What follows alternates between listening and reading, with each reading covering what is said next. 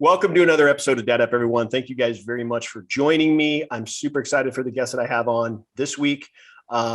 He's a franchise owner. I've gotten a chance to know him over the last, month or so, maybe 2 months.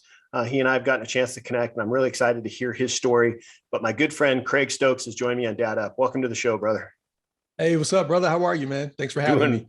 Doing well. Thank you very much for taking the time, man. I know you're busy, but for my listeners who may not know who you are, I want to know a little bit more about you, your backstory, kind of how you grew up and all that. And then obviously, you've got a franchise now. I'm dying to know about that. So keeping you busy. So give my listeners a little bit of a backstory about you, and then obviously about your family. Yeah, absolutely. What's up, Dad Up podcast listeners? I'm Craig Stokes from the East Coast, born in Florida, grew up in North Carolina, definitely a product of parents who said, Craig, do not put all of your eggs in one basket. So I grew up just being motivated and encouraged to try new things from a very young age. So I'm the oldest of 5 kids. And so that, of course, as you all know, comes with a lot of responsibility. I'm the test dummy when it comes to the parents side of things. And so just being able to, I guess, weather that storm, if you will. I call it a little bit of a storm. But my parents were very entrepreneurial. So I learned at a very young age how to take something in my mind, bring it to fruition, and make sure that I gave my very best every time somebody trusted me with their time or with their money. And so from the age 13 to age 16, yours truly was a Power Ranger. I used to dress up in red spandex with my toy gun and get hired to go do kicks and punches at children's birthday parties and festivals and daycares and things like that. And even at such a young age, wanting to eat the kids' cake and ice cream and pizza, because I'm a kid as well. Here I am having to turn that off and say, this is their once in a lifetime opportunity. How do I give them the very best experience possible? And probably was the precursor to what I'm doing today, all the way in LA, running a multi-million-dollar Chick-fil-A franchise, father of two amazing kids, London and Camden, and been married almost 16 years this year. So it's just crazy. So a lot has happened since then, but love to dig into it even more. Awesome. How old are your kids? London is 12 and Camden is 3. It'll be 4 in July. So nice little age gap there. Yeah. So you got a little bit of both spectrums going on there. Absolutely. I got a second mom in the house, making sure that sometimes little brother, sometimes her own son is in line, but it's been the most amazing experience. Yeah, that's cool. Let's back up a little bit. I mean, you're the oldest of, you said 5 kids. 5. Wow. My youngest brother just turned 16. I'm 41, to put that in perspective. So wow. Okay. All right. Well, I have a younger sister, and I'm, my parents only had 2 kids, my sister and I. So, growing up, and I'm kind of this is going to lead to my question, but growing up, I found myself, I played sports and all that in high school and all that, but I found myself, my parents worked a lot. They weren't entrepreneurs. They were blue collar workers, but they worked a lot of hours. And I found myself in the evening times having to make dinners, for the 2 of us, because they weren't home to do those kind of things. I mean, did you carry that kind of responsibility with your other siblings? Not as much. So my brother and I were 2.5 years apart. So kind of my experience was his experience. Mom, whether she had $1 or $100, she always made a way. And my mom was amazing. She would go to the kitchen sometimes to the refrigerator, and I'd see random ingredients in there. And I'm thinking, we have nothing to eat tonight. Next thing I know, she's like, dinner's ready. I'm like, did she go to the store? What happened? Because there was no DoorDash, Postmates at that time. So I'm like, what did she do? Come out, she's got the rice and the sausage, and she mixed this with that, and she just made a way out of no way. So mom always held things down in that way. When my parents kind of split up, and she raised us. So if anything, I just became the man of the house much earlier, trying to be protective, locking the doors, making sure that she was okay. And I remember even telling her, like, Mom, you don't need another man. I'll stay up with you. I'll watch movies with you. I'll do these things. She's like, yeah, I need a little bit more than that, but thanks. so That's awesome. That's very cool. How about sports? Did you guys play sports? I mean, were you involved in that kind of stuff? Yeah. Yeah. Absolutely. My mom was actually a cheerleader for Florida State. So right when Bobby Oh, Bowden came in and took over the team, she was a cheerleader for 1 year with Bobby Bowden. So I grew up with that. My dad's a 6th-degree black belt. So I just use that as context to say very athletic family. My mom played tennis in South Florida. So I grew up playing baseball, basketball, football. I wish I would have played soccer. Like no one I grew up around was playing soccer, so I didn't even have that frame of reference of how global the sport was. But yeah, from early on, she was coaching. She was doing the cheerleading, coaching, and I was playing football right alongside of her. oh, So, that's awesome. That's very mhm. cool. Yeah. I mean, my boys are 23 and 20 now. And, I coached every single one of their teams that they played on, Wow. baseball, basketball. There's only one team that I didn't coach. My older son played soccer for 1 year, and I knew nothing about soccer. Yeah. So I did not coach that team, but he only played 1 year. He didn't like it. He was actually pretty good, but he didn't like it. So he's probably pretty How athletic and picked up a lot of sports pretty quickly, right? Yeah, yeah. And my younger son is in college now. My older son's out of college. My younger son's in college, and Okay. he plays college basketball. See?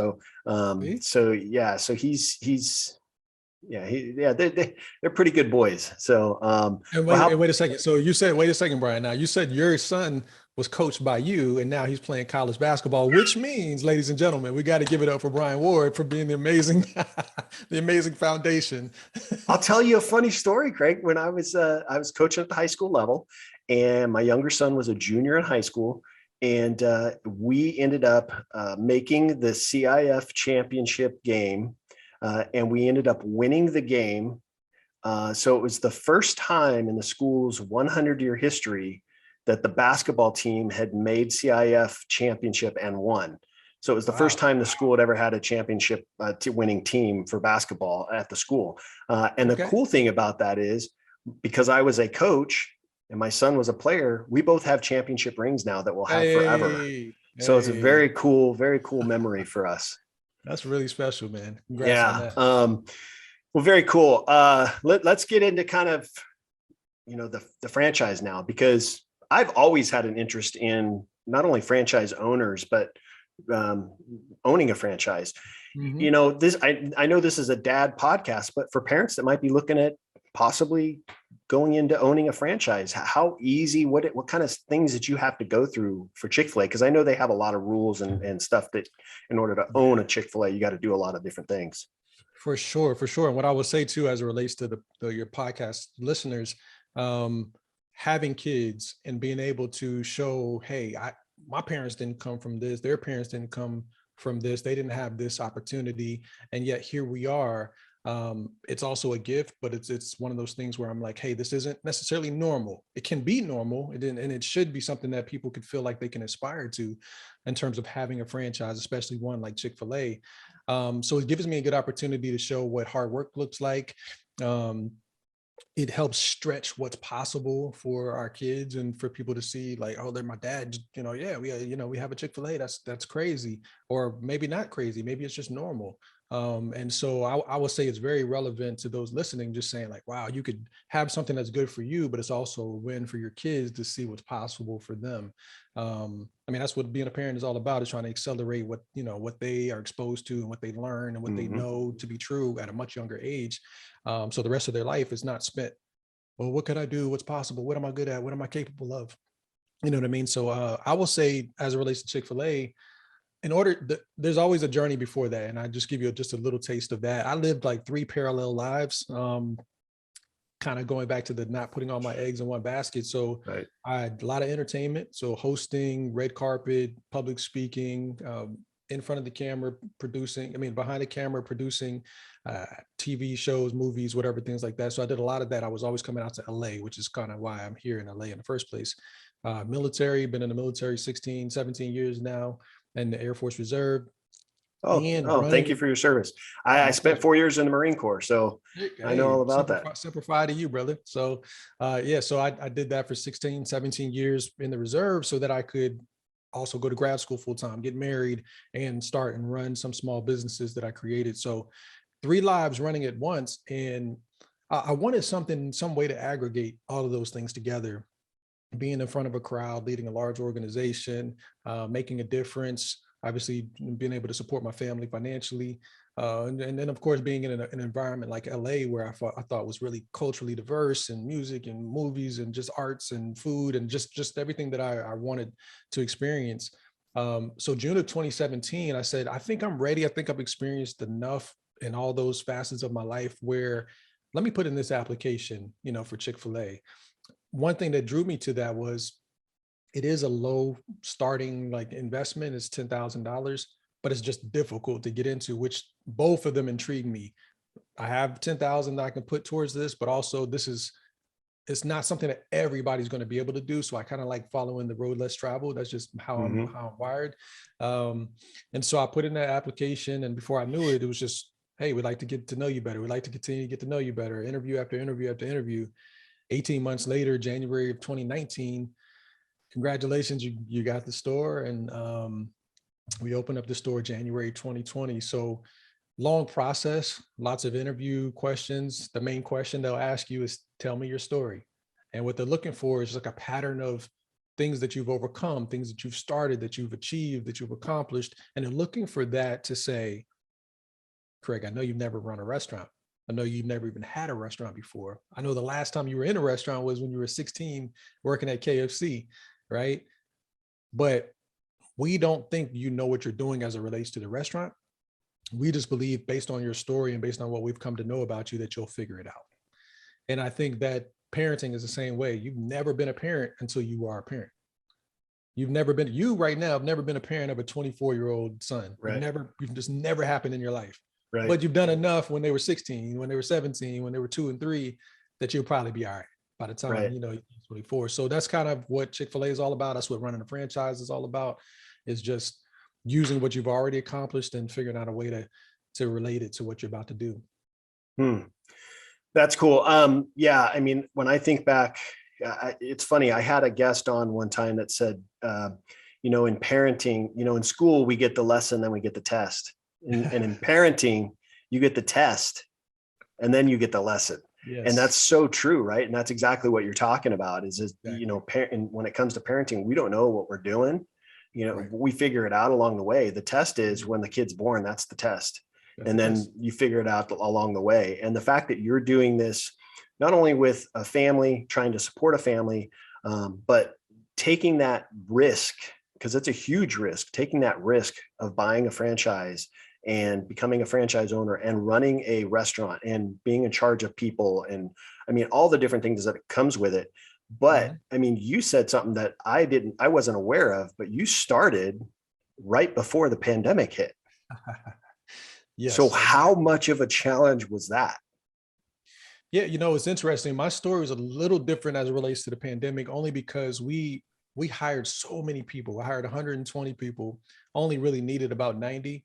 But we were thinking, and we're going to be so busy that 30 of them are going to say, hey, this isn't for me. I cannot keep up. I gotta, sorry, thanks, but no thanks. That didn't happen. I preached a lot about, this is going to be a home away from home, or we're going to bring that Southern hospitality to Southern California. And when we opened up and we were a little bit lower volume than we expected, everybody was able to stay and they were able to weather it. And they came to me and said, hey, Craig, labor is going to be through the roof. What do you want to do? And I chose people over profit. So I kept my people, decided not to take a profit, and just worked to get the labor down. So that meant hiring a cleaning crew. So instead of my team staying after closing to clean the whole restaurant, wash the dishes and clean the floors and wipe the tables down and clean the restrooms and the dining room, I said, you all go home and we'll hire a cleaning crew to come in. So I know it's a set flat rate fee that I'm going to be paying them, which helps stabilize labor. My point is that I was already in pivot mode and an adjustment mode in January. And so in February, we're like, what else can we do? Maybe we'll turn on our DoorDash sales, our Postmates sales, Uber Eats, Grubhub. Maybe we'll do this or do that. Then when March hit, even though it's a big thing, there's no playbook for a pandemic. I mean, I'm sure there's one now, but until that point, no one would have ever expected that. I was already in pivot mode, adjustment mode, and it was just one more thing, truthfully. The hardest thing was the people side, which is the toughest part of any business, is kids are coming to me living in multi-generational families or households where the grandma, the mom and dad, and then the kid, parents are and grandparents are passing away. And Mhm. the kid that was just in high school or just in their first year of college is now the breadwinner for their family. And they're asking, hey, Mm. Craig, Mr. Craig, can I work 40 hours now? I'm the only one working. You know, my mom and dad are quarantining right now. I've got to do it. So if anything, it just became more evident why we got to treat people well and take care of each other, because businesses come and go, money comes and goes, but the relationships that I'm building and the team I'm building and the culture I'm building is really all that matters. And so, if anything, it just brought that more to focus. But pandemic really wasn't that challenging because we were already in that mindset. It didn't catch me by surprise, if that makes sense. Mm. Wow. Yeah. Yeah, I mean, I can imagine, especially for a new business owner, the struggles. I mean, we heard it plenty of times, different businesses closing down, even franchises that were closing down. Yeah. And the fact that you were able to, as you said, pivot in the right direction and worry more about the relationships than about profits, Right. is just a testament of the individual and the character that you have. So that's very cool. And you are, how many franchises do you own? Do you have just the one, or do you own a couple? Just the one right now. So hopefully down the road we'll get a second one. There's some opportunities potentially for another location, which would be great.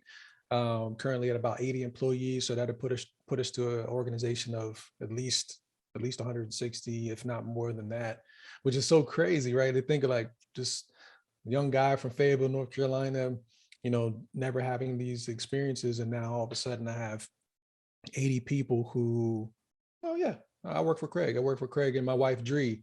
Yeah, yeah, we pay out $1 million in wages last year. You know what I mean? Things like that, where it's like, this is crazy. But what it says is that I've never done it before, but it doesn't mean that I'm not capable of it, right? And that Right. all these things are so possible. But I'm enjoying the ride. I mean, I'm enjoying the experiences right now. What we're focusing on is the leadership development and growing the leaders. I just had one team member who was 16 when he started. He just celebrated his 19th birthday. And so just kind of thinking about, and some of them are like, I'm riding a scooter right now, pushing like a literal manual scooter.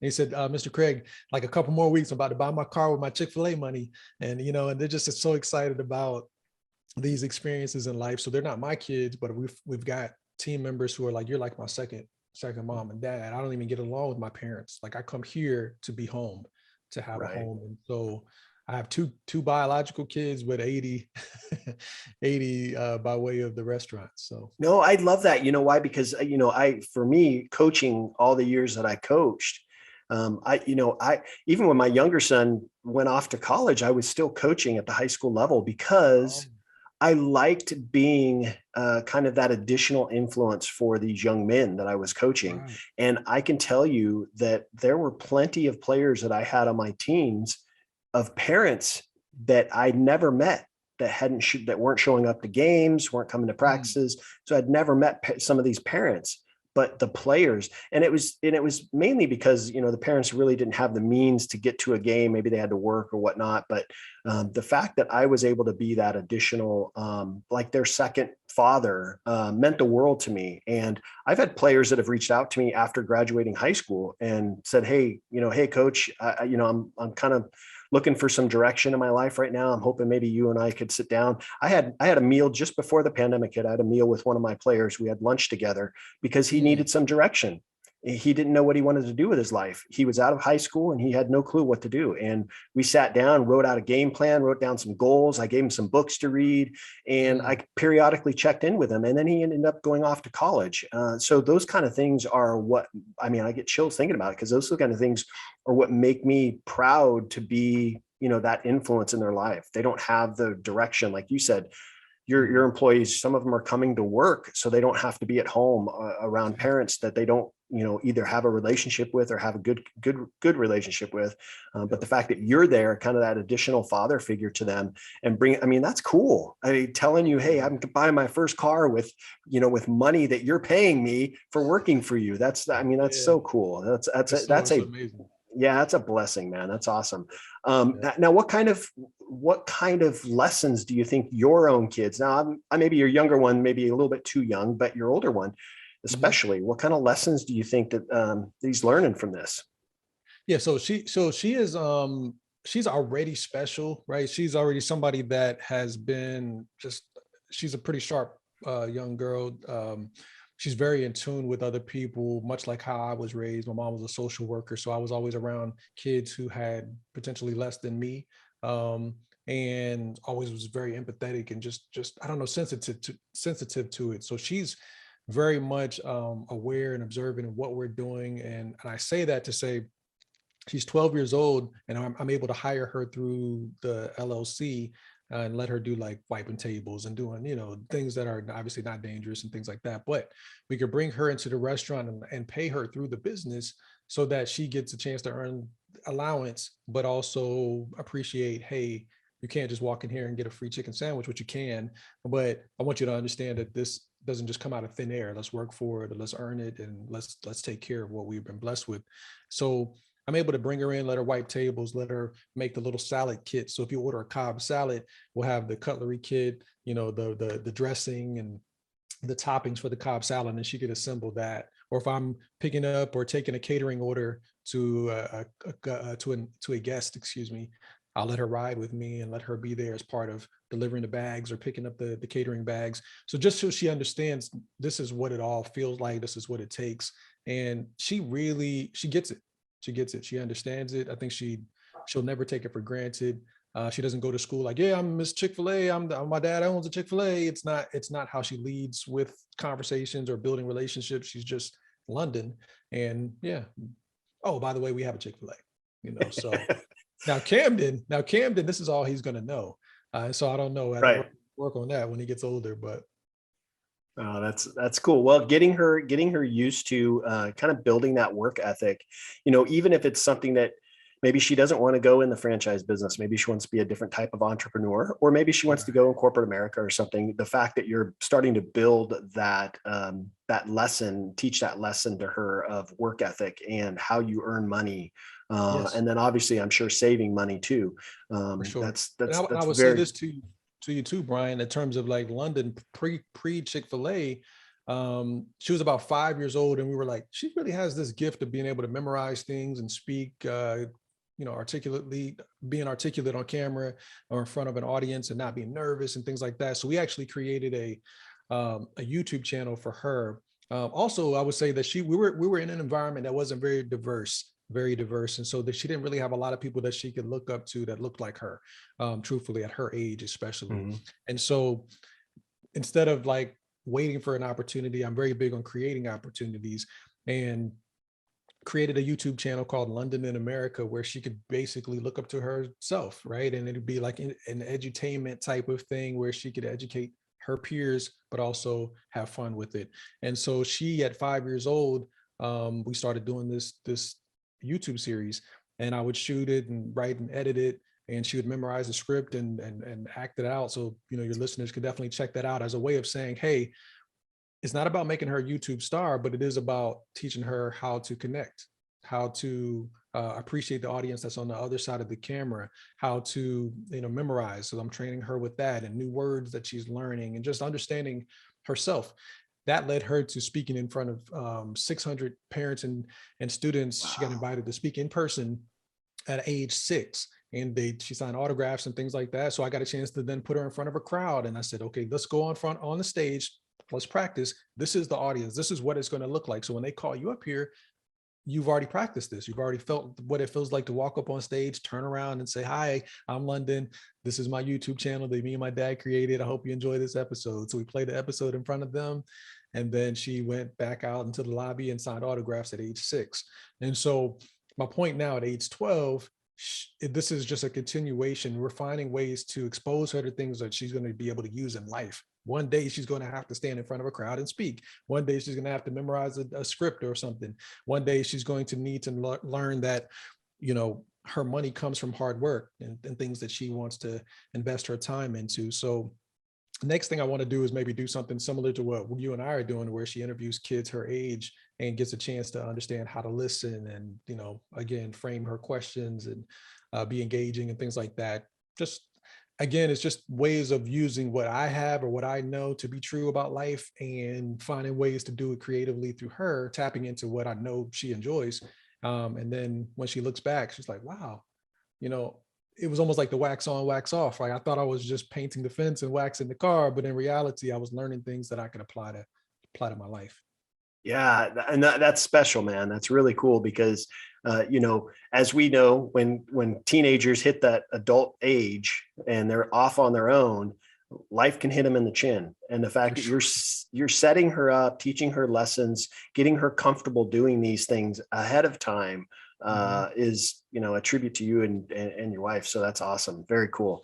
Um, when I think of franchise owners, Mhm. I think of somebody who's constantly, unless you own multiple franchises, somebody who has to constantly oversee things, especially in your situation where you have one franchise, you're having to constantly oversee things. You're having to constantly maybe be at the restaurant, Mhm. handle different tasks. Right. You have your daughter there with you from time to time, but what kind of challenges as a dad of being a franchise owner? What kind of challenges are you facing right now um, with your own family? Yeah, the challenge, man, is before the franchise, my daughter and I used to do a lot of daddy-daughter dates. Mm. Um, we used to have a thing also for as a family called Fun Friday, where we would do something every Friday, and our goal was to spend no more than $30. So that might mean ordering some pizza one night and a movie. It might be we went one time and we made custom candles, custom scented candles, and we could pour different wax and fragrances in there, and we did that as a fun Friday or whatever it might, might do chocolate dip strawberries or whatever it might be that we're intentionally saying, this is our day. We're spending this time together. And having the restaurant has really changed that. And so my daughter used to resent the restaurant. I hate the restaurant. They're Mm. always gone, especially the first year where we are doing every single thing, sun up to sundown.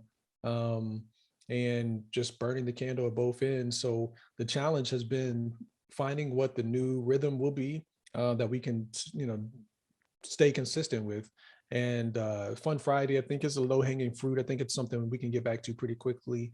Um, we took a lot of pictures of those daddy daughter dates, and so we have a Google Home device that rotates on our TVs and on all the different devices. So we see these photos that pop up, and it reminds us of what we used to do and where we used to spend our time, and it's encouraging to get back to that. So if I were to say the biggest challenge is we did so much early on that got disrupted for a good period of time.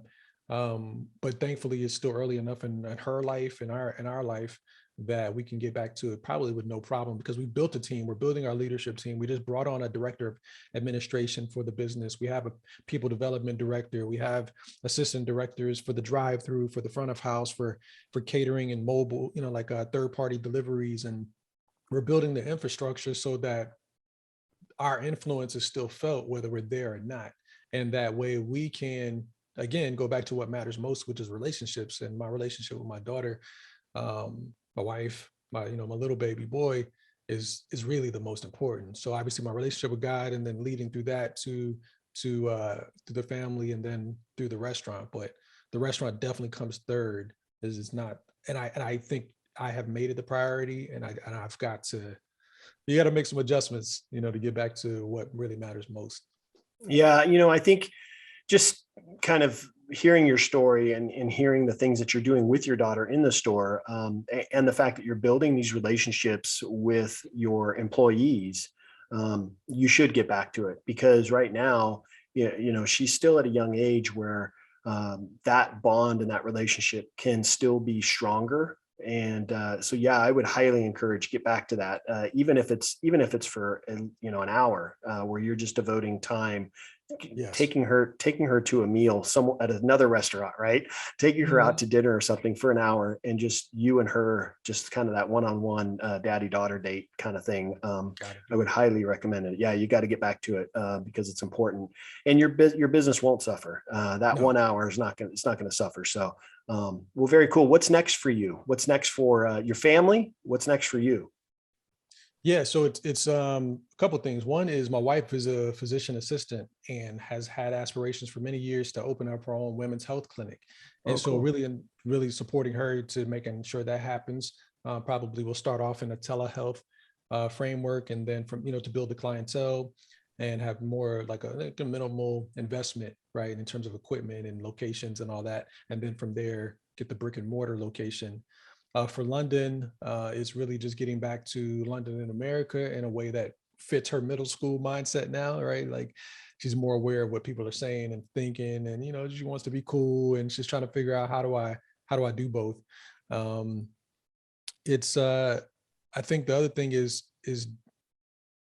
the dating, my wife, right? So those Right. things are important as it relates to being a dad and making sure that my daughter sees what that looks like for her from her parents. And so just getting back to that rhythm of no, it's mom and I, it's time to hang out together. Y'all got to go to bed early or we're gonna get a babysitter, and her seeing that and that's normal. And she's getting to a point where she supports that, like, yo, y'all need to go date, go have your time. I'll be okay. I'll take care of Camden. And so that's really important. Um, and it's a maybe a little sensitive topic, but it's one thing that dads with daughters will go through is your daughter will eventually cross over into womanhood, and you'll have to start grabbing some of those pads and things. And I'm thankful that I was at the house when it happened with her, and Mm, and I was I talk a lot about missing the daddy daughter dates, but I was there for that time. And I would just encourage those who are listening to be prepared. If it hasn't happened, be prepared on what you might do in that situation. For me, I always knew that I didn't want to make it um nasty for her. I didn't want to make her right. feel like oh, I can't talk to dad about these types of things. Right. That can make Awkward. mom Yeah. awkward. Exactly. That's the word I was looking for. And so I kind of said, hey, look, don't worry about it. I'm gonna go run you a bath. Go grab some underwear. We'll try to figure out how to place these things in there, and and you'll see that I'm not cringing or anything like that. And I'm saying I don't really know what I'm doing, but we're gonna figure this out. And I saved some things for my wife so she could have that experience with her daughter, because obviously that's important. And she came back and was like, Dad, just thank you for that. And that's something she'll never forget. So I am thankful for that. I only use that story to say I want to get back to creating the space for more moments like that are going to be meaningful, that she'll never forget. So those are the things that are next for me. Yeah. Yeah. Well, very cool. Yeah. I mean, anytime you have those, those are special moments. As awkward as it may be, those are special moments. Yeah, But any of those special moments that you can create, not only with your daughter but with your son, for sure. is important. So, and then obviously dating your wife again is super important. So, make sure Yeah. you're doing that, brother. You don't want to be on the bad end of that. No, sir, not at all, not at all. And and I want to acknowledge you really quick for the many years you put into coaching and giving of Oh, thank yourself you. to people. I'm inspired by it. It's something I want to do. So I'd love to do that for my daughter's really into basketball. She hasn't played much, but she just like, Dad, I just want to learn basketball. I want to play. And so being with her or being with my son as he starts exploring what sports he's interested in. I'm inspired by you, man, and I appreciate you sharing your story, and thank you just for what you're doing, even with the Dad Up podcast, brother. Yeah, I appreciate it, man. I appreciate it. Yeah, it's funny when my older son was 3.5, I went to sign him up for Little League, Mhm. and I remember going to I can remember this like it was yesterday. I remember going to the table to sign him up, and the guys were sitting there at the table, and they said, "Hey, do you want to coach?" And I said, "No, no, no, no, no. I don't. I've never coached." They're like, "Dude, he's 3. He's going to sit out in the field and pick grass, and Yeah. and all you got to do is teach him how to hit, teach him how to throw, and teach him how to run the bases. That's all you got to do. That's it." Okay. And I can remember going to the first game. We'd had many practices, but I can remember going to the first game and being so nervous because it was my Mm. first game I'd ever coached. Telling my Yeah. wife, like I remember back then, looking up stuff on the internet. I don't even remember if YouTube was around back then, but Mhm. I remember trying to look up stuff on the internet of how to coach because I had no clue. And then, here we are, 21 years later, and, coaching has just been, multiple seasons. I've done a lot of it. And now I'm, the point of the podcast is just kind of my sons are older, and just kind of a way to give back to dads and help them, encourage them, guide them, and through some of the struggles, especially, like going through the struggle of owning a franchise and having to do all that. So very, very cool. Well, listen, Craig, it's been a huge honor having you on, man. I'm glad we got a chance to meet. And if I'm ever out in LA, we need to grab a meal to bring it together and get a chance to sit down and chat a little bit more. Absolutely. It'll be my pleasure to help you experience this Cali lifestyle and, get some spicy. You like spicy? What's your favorite sandwich? Yeah. Oh yeah. I'm in Southern California. Oh, that's right. I keep. Yeah. I'm in Southern California. I'm born and raised in California. So, yeah, we're,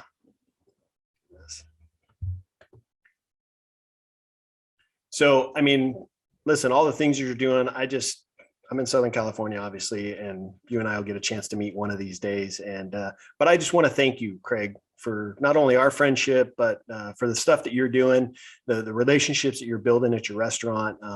Just remarkable. And I appreciate you taking the time out of your day to share a little bit about you and who you are, who your family is, and the things that you're doing. And just keep it up, man. I really appreciate you, brother. No, thank you. Thank you, Bryan. And again, check out this episode, the Dad Up Podcast. It's been an honor being on the show and can't wait to just see how far you take it, because this is one of those things that is very much like the legacy, right? This is what you're going to be able to leave behind, and it'll outlive you and it'll make a difference. So I appreciate you having me on. Awesome.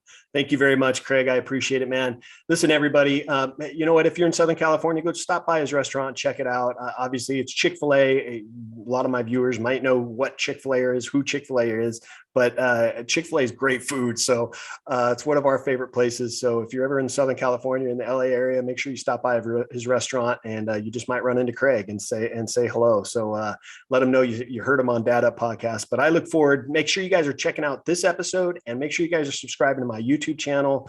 You can send me messages there. You can send me messages on Instagram. You can check out Craig on Instagram as well. He's got his own Instagram page. Let him know that you heard him on Dad Up. And I appreciate you all listening, staying tuned to my episode that comes out each and every week. And I look forward to seeing you guys all in the next one. Thanks so much for listening to the episode.